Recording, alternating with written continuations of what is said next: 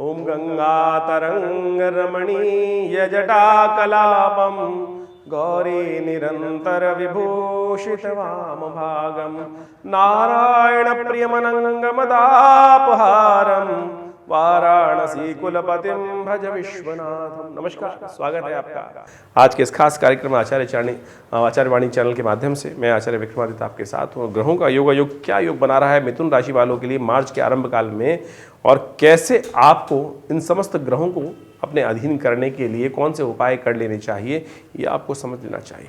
मिथुन राशि वालों के लिए तो बड़ा महत्वपूर्ण समय है, क्योंकि हम बात करने जा रहे हैं बुध मिथुन राशि जो है बुध ग्रह संबंधित राशि है, और बुध ग्रह इस मार्च के आरंभ काल में अस्त चलते चलते राशि परिवर्तन करेंगे और मीन राशि में जाएंगे, आपके दशम भाव में जाके बैठ जाएंगे।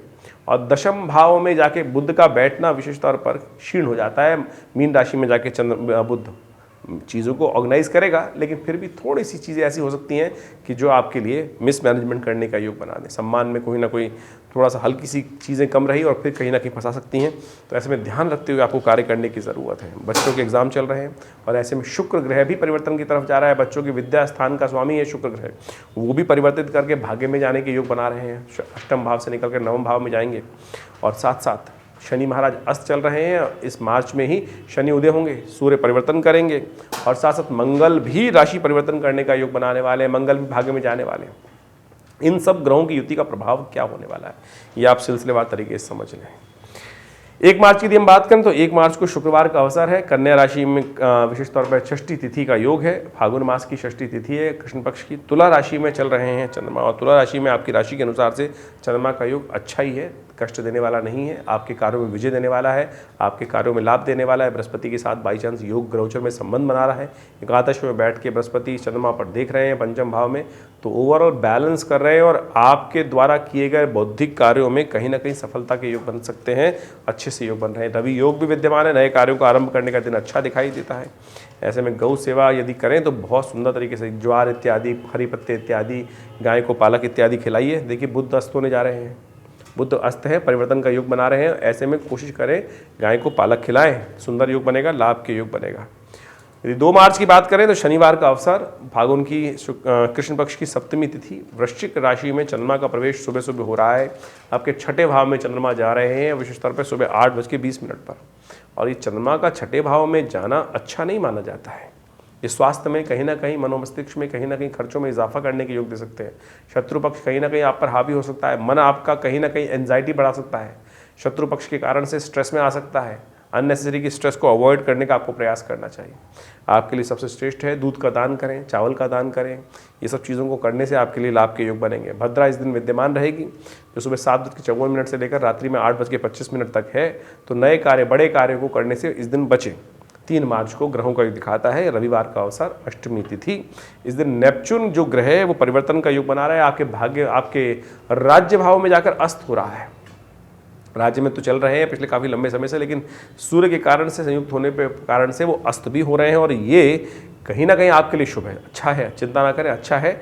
जो थोड़ा सा कहीं ना कहीं दिक्कत आ रही थी वो चीज़ एकदम एक्टिवेट हो सकती है। बुध के बदलने से पहले इसका अस्त होना आपके लिए शुभ योग बना सकता है।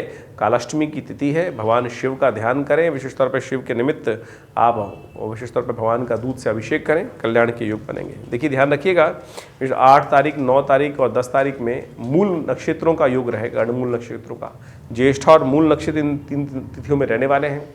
दोपहर के बाद से इस दिन विशेष तौर पर 3 तारीख को मूल नक्षत्र, इस ज्येष्ठा नक्षत्र का आगमन होगा, और ये कहीं ना कहीं जो जातक नए जन्म लेते हैं उनके जीवन में कष्ट देने का योग बनाता है। तो ऐसे में इनके लिए विशेष तौर पर जो इस नक्षत्र में जन्म ले रहे हैं उनकी मूल शांति अवश्य होनी चाहिए, और जिनकी नहीं हुई है, जो ज्येष्ठा में जन्म है, वो आज से 27 दिन तक उसका जप कर लीजिए। त्र्यंबकम यजामहे सुगंधिम पुष्टिवर्धनम उर्वारुकमिव वंदनात् मृत्युर्मुक्षीमामृतात्। स्वयं कर लीजिए 1000 नित्यपति। देखिएगा ये परिवर्तन का योग बनेगा, लाभ का योग बनेगा, कष्टों ग्रहों को दूर करने का योग बनाएगा। 4 मार्च की बात करें तो उस दिन सोमवार का अवसर, नवमी तिथि विद्यमान है। धनु राशि में चंद्रमा शाम को आएंगे। जो सुबह थोड़ी सी एंजाइटी होगी, शाम तक उसको बैलेंस करने का चंद्रमा अवश्य योग बनाएगा। चिंता, नए विचार आ जाएंगे, और आप देखिएगा 2 दिन पहले जो विचार नहीं आ रहे थे, आज शाम के बाद से वो विचार नए आपको आएंगे, और आपको लगेगा अरे ये पहले सोच लेते तो काम करने के, नए विचारों का उदय करने का योग दिखाई देता है। सब ग्रहों का परिवर्तन का प्रभाव है। कोशिश ये करें भगवान शिव का महामृत्युंजय मंत्र का जप करते हुए उनका अभिषेक करें। थोड़ा सा महामृत्युंजय मंत्र ओम हौं जुं सह ओम भूर्भुवस्व ओम त्र्यंबकं यजामहे सुगंधिम पुष्टिवर्धनम उर्वारुकमिव बंधनान् मृत्योर्मुक्षीमामृतात् स्वभुवभु ओम सहजुं हौं ओम, इस मंत्र का जप करके भगवान का अभिषेक कीजिए। कष्ट दूर होंगे, शारीरिक तौर पे व्याधि जो है वो सब दूर होंगी, एंजाइटी भी दूर होगी। सुंदर तरीके से परीक्षित करा हुआ ये उपाय है, इसको कर लीजिए। हींग लगे ना फिटकर रंग चोखा होगा। 5 मार्च की ग्रह गणना समझ लीजिए। मंगलवार का अवसर, 9वीं तिथि उदया तिथि है, 10वीं तिथि उसके बाद क्षय हो रही, क्योंकि अगले दिन सुबह सूर्योदय तक नहीं रुक पाएगी, 10वीं समाप्त हो जाएगी पहले ही। तो ऐसे में 10वीं क्षय होने के कारण से यह तिथि मुहूर्तों के लिए शुभ नहीं है। इस दिन राहु केतु भी परिवर्तन की तरफ जा रहे हैं, नक्षत्र में चरण परिवर्तन करेंगे। और ये परिवर्तन विशेष तौर पर आपकी राशि के अनुसार से देखा जाए तो ग्रहों का योगायोग आपके लिए कहीं ना कहीं थोड़ा सा हमें दिखाई देता है कि इस राहु वैसे ही चल रहे हैं दशम भाव में और चतुर्थ भाव में केतु के सामने, तो ये थोड़ा सा कहीं ना कहीं सम्मान भाव में दाग लगाने के योग बनाता है। तो ऐसे में मूली का दान करना आपके लिए अच्छा रहेगा। हनुमान जी का स्तवन करना सबसे अच्छा रहेगा, क्योंकि मंगल की शक्ति से ही राहु केतु और शनि का दुष्प्रभाव जो है बहुत दूर करने का योग बन जाता है। तो हमने विवेकानंद योगाश्रम में इस सुंदर तिथि में सुंदरकांड का पाठ रखा है, हनुमान जी का यज्ञ रखा है, हनुमान जी के लिए सवामनी का भोग रखा है। आप सब उसमें सम्मिलित हो सकते हैं, अपने नाम से भी उस अनुष्ठान में भाग ले सकते हैं। फ़ोन नंबर्स आपके सामने स्क्रीन में, संपूर्ण डिटेल्स आपको वहाँ मिल जाएंगी। यदि हम बात करें 6 मार्च की, बुधवार का अवसर, एकादशी है इस दिन, और बुधवार और एकादशी का योग बड़ा सुंदर होता है। और ऐसे में भगवान कृष्ण का स्तवन करने से समस्त कष्ट के दूर होने के योग बनते हैं। आपके ग्रह आपके अनुकूल बने हुए हैं, अच्छे से हैं ग्रह, अच्छे अनुकूल बने हुए हैं, आपके लिए नए विचारों से प्रतिपादित रहेंगे, नई शक्ति का संचार करते दिखाई दे रहे हैं। इसलिए भगवान विष्णु का स्तवन करने से और ज़्यादा भगवान की कृपा आपको बनने के योग बनेंगे। 7 मार्च के दिन ग्रहों का परिवर्तन का योग है। बुध राशि में मीन राशि में जा रहे हैं अस्त स्थिति में सुबह 9:35 पर। कुंभ रात सुबह ही 10:47 पर कुंभ राशि में प्रवेश करेंगे शुक्र ग्रह। तो ये दोनों ग्रहों का परिवर्तन जो है वो आपके लिए कई मामलों में अच्छा भी है और कई मामलों में थोड़ा सा ध्यान रखने वाला भी है। बुध का परिवर्तन चीज़ों को ऑर्गेनाइज करता दिखाई दे रहा है। भाग्य से निकलकर नवम से निकलकर दशम में आना बुध का अच्छा माना जाता है, लेकिन कमज़ोर स्थिति में। आपकी राशि के अनुसार से यदि बात करें तो थोड़ी कमज़ोर स्थिति रहेगी। तो ऐसे में बुध को थोड़ा शक्ति देने की आपको ज़रूरत है। ऐसे में नित्य प्रति विशेष तौर पर गणेश जी पर दूर्वा अर्पित करना आपके लिए बड़ा सुंदर रहेगा। गाय को विशेष तौर पर पालक देना आपके लिए बड़ा अच्छा रहेगा। हरी चीज़ों का दान, मूंग का भिगोकर दान करना अच्छा रहेगा। ये कुछ दिन लगातार करने का प्रयास करें। वैसे हम एक अलग से वीडियो बनाएंगे जो बुध और शुक्र का परिवर्तन करने का प्रभाव आपकी राशि के अनुसार से आने वाले 15-20 दिनों में क्या रहेगा वो भी बताएगा, और किस किस प्रकार से कब कब क्या क्या उपाय आपको करके लाभ लेने के लिए रास्ता बताना चाहिए वो भी बताएंगे हम आपको। 8 मार्च का दिन बड़ा शुभ है, शुक्रवार का अवसर है, त्रयोदशी तिथि विद्यमान है और साथ साथ महाशिवरात्रि का अवसर है। ग्रहों का योग परिवर्तन की तरफ जाएगा, लेकिन चंद्रमा थोड़े से क्षीण अवस्था में चल रहे हैं आपकी राशि के अनुसार से। ये मन को थोड़ा सा उच्चाट करते दिखाई दे रहे हैं। धर्म की तरफ अपने आप पवित्र करने का प्रयास कीजिए। बड़ी सुंदर तिथि है। वर्ष में कोई और व्रत करो ना करो, कम से कम एक दिन शिवरात्रि का व्रत अवश्य करना चाहिए। कहा जाता है कि वो विशेष तौर पे मानव अपने जीवन में कष्टों को दूर करने के लिए यदि एक व्रत वर्ष में ये कर ले तो संपूर्ण रूप से कष्टों को भगवान की कृपा से दूर करने का योग बना देता है। तो ऐसे में हमने विवेकानंद योगाश्रम में सुंदर से कार्यक्रम भी रखा है महाशिवरात्रि का। आपको उसकी संपूर्ण जानकारी दी जाएगी, उसमें सम्मिलित हो सकते हैं। पार्थिव शिवलिंगों का निर्माण होगा, विभिन्न प्रकार के शिवलिंगों का, फूलों से शिवलिंग का निर्माण होगा, धातु के शिवलिंगों के द्वारा पूजन करने का योग बनेगा। तो आप अवश्य इस कार्यक्रम में सम्मिलित हों, प्रभु की कृपा से कल्याण के योग बनेंगे।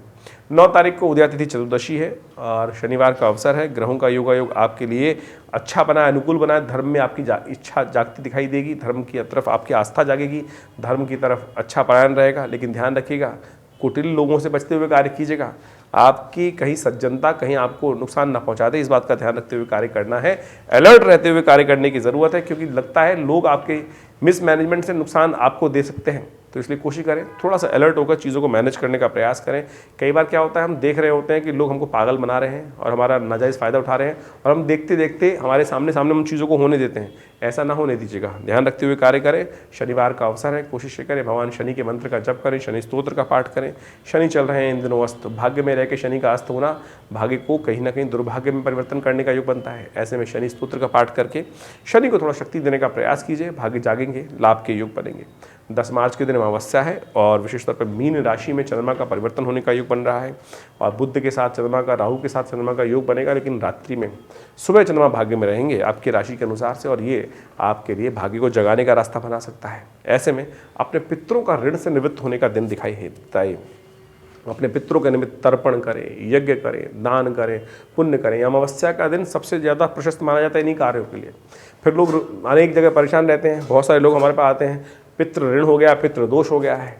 जो तर्पण करता है, नित्यपति तर्पण करने की शास्त्र में आज्ञा है। आप अपने पितरों को प्रसन्न करने के लिए कोई धन खर्च करने की आवश्यकता नहीं है। छोटा सा जल, 1 लोटा जल लेकर अपने पितरों के निमित्त पितृ गायत्री का पाठ करते हुए और साथ साथ तर्पण करने का प्रयास कीजिए। नित्यपति 1 मिनट टाइम तो दीजिए। 1 मिनट का टाइम यदि पितरों को दे दें, आप सत्य माने आपके कष्ट जीवन में कभी परेशान नहीं करेंगे। पितृ जैसी समस्या आपको जीवन में कभी नहीं आएगी। है छोटा सा उपयोग, लेकिन फिर लाखों रुपए खर्च करने के लिए लोग फंस जाते हैं, कुछ कहीं और कहीं कुछ और। वैसे सबसे श्रेष्ठ है नित्यपति पितरों का तर्पण करें, ब्राह्मण भोजन अमावस्या के दिन कराएं, उनकी जो श्राद्ध तिथि है उसमें अवश्य श्राद्ध करें। देखिए कष्ट होने के दूर होने के योग बनेंगे। शास्त्र बड़ा सीधा साधा है, शास्त्र कहीं प्रपंच नहीं करता, लेकिन लोग आपको विशेष तौर पर फंसाने का प्रयास कर सकते हैं। तो इसलिए हम सीधी तरह से समस्त बातें आपके समक्ष रखते हैं। विवेकानंद योगाश्रम से जुड़े, लाभ होगा। देखिए जन्मपत्री के अनुसार से बहुत सारे ग्रहों का परिवर्तन का योग बनता है। हम तो ये गोचर के हिसाब से आपको बताने का प्रयास करते हैं कि तिथियां क्या करने वाली है, कैसे आपके योग में जो गणनाओं का योग है वो क्या कुछ करने के योग बना रहा है। लेकिन इसके बाद भी बहुत सारे लोगों के मन में भ्रांति होती है कि चंद्र राशि देखें, सूर्य राशि देखें, लग्न राशि देखें। देखिए ज्योतिष को गणने ये सब छोटे छोटे पहलू हैं ज्योतिष के।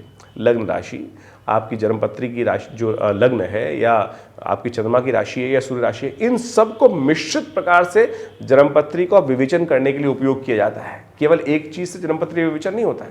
तो यदि आपकी मेष लग्न है या मेष राशि है या सिंह कुछ और लग्न, आपकी सूर्य राशि कोई और पड़ रही है, तो सबको देखेंगे तो आपका थोड़ा सा उसका योग बनता दिखाई देगा। लेकिन जब हम ज्योतिषियों के पास जाते हैं तो वो पूरी तरह से अपने ज्ञान के अनुसार से गणनाओं को देखते हुए आपको बहुत बढ़िया तरीके से उसका एनालाइज करके बताते हैं। तो ये तो आज जब टीवी पे सुन रहे हैं तो ये जनरल प्रेडिक्शन हम आपको समक्ष उपस्थित करते हैं गोचर के अनुसार से, और गोचर के अनुसार से क्या प्रभाव होगा उसको समझकर आप अंदाज़ा लगा सकते हैं कि आपके लिए समय किस प्रकार से परिवर्तन है। अच्छा तो ये रहेगा कि आप अच्छे से जन्मपत्री का विश्लेषण कराएं, समय समय पर विश्लेषण कराते रहें, क्योंकि उससे हमें काल के समय में, काल गणना के संबंध में अंदाज़ा लग जाता है कि हमारा कौन सा समय बहुत गति से अच्छे आगे बढ़ने का और कौन सा समय हमें थोड़ा सा रिजर्व रहते हुए कार्य करने की ज़रूरत है। कहाँ हम अच्छे से खेलेंगे तो बहुत बढ़िया तरीके से जीवन में उन्नति करने के योग बना लेंगे, लेकिन जब हमें समय हमारे विपरीत चल रहा है तो हमको सावधानी से, बहुत अत्यधिक सावधानी रखते हुए कार्य करने की ज़रूरत है। तो ये काल गणना को समझने के लिए अच्छा रहता है कि हम समय समय पर अपनी जन्मपत्रियों का, अपने समय का विश्लेषण हमारे ज्योतिष विज्ञान के माध्यम से करते रहें। तो उसके लिए हमारे आश्रम की सुंदर व्यवस्था आपके समक्ष उपस्थित है। नंबर्स आपके सामने चल ही रहे हैं और आश्रम में समय समय पर बहुत सारे अद्भुत कार्य होते ही रहते हैं। जैसे अभी शिवरात्रि का महायज्ञ का अनुष्ठान है और विशेष तौर पर ये बहुत सुंदर अनुष्ठान है जो आश्रम पर चलेगा। इस दिन शिवरात्रि के दिन जो इस बार योग बन रहा है 8 मार्च के लिए, वो बड़ा अद्भुत योग है। और ऐसे में संपूर्ण रूप से हमारे यहाँ भगवान शिव की बहुत सुंदर तरीके से पूजा रुद्राष्टाध्यायी के द्वारा विभिन्न पूजन करने का सुंदर व्यवस्था रहती है। और हम सामूहिक तौर पर सबको निमंत्रित करते हैं कि शिवरात्रि के दिन आएँ और भगवान शिव का षोडशोपचार पूजन करें। और विशेष तौर पर भगवान शिव के पार्थिव शिवलिंगों का निर्माण किया जाता है और उन सब जो भी यजमान इत्यादि उपस्थित होते हैं उनके सबके द्वारा उनका पूजन अलग अलग से करने की व्यवस्था हमारे आश्रम पर की जाती है। तो आप सब भी उस कार्यक्रम में सादर आमंत्रित हैं और उसमें स्थान आरक्षित कराने के लिए आप नीचे दिए फ़ोन नंबर्स पे फ़ोन करके संपर्क साध कर आप अपने स्थान को आरक्षित कर सकते हैं। जो दिल्ली में तो वो तो अच्छे से आ ही सकते हैं इस कार्यक्रम में भाग लेने के लिए, लेकिन जो तो बाहर है उनको अपने यदि इस कार्यक्रम में भाग लेना है तो अपने स्थान को आरक्षित करने के लिए योग्य पंडितों के द्वारा आपके नाम से रुद्राभिषेक करा दिया जाएगा और भगवान शिव का आशीर्वाद आपको प्राप्त हो, इसलिए सुंदर व्यवस्था बना दी जाएगी। तो उसके लिए आप अपने स्थान को आरक्षित कराने के लिए फ़ोन नंबर्स पे संपर्क साध कर अपनी व्यवस्था करा सकते हैं। तो ये योग बड़ा सुंदर है। शुक्रवार के दिन शिवरात्रि का योग पड़ रहा है। ऐसे में भगवान शिव की आराधना अद्भुत आनंद भाव से करें, कल्याण के योग बनेंगे। ईश्वरी कृपा से मनोकामना सिद्धि के योग बनेंगे। धन्यवाद।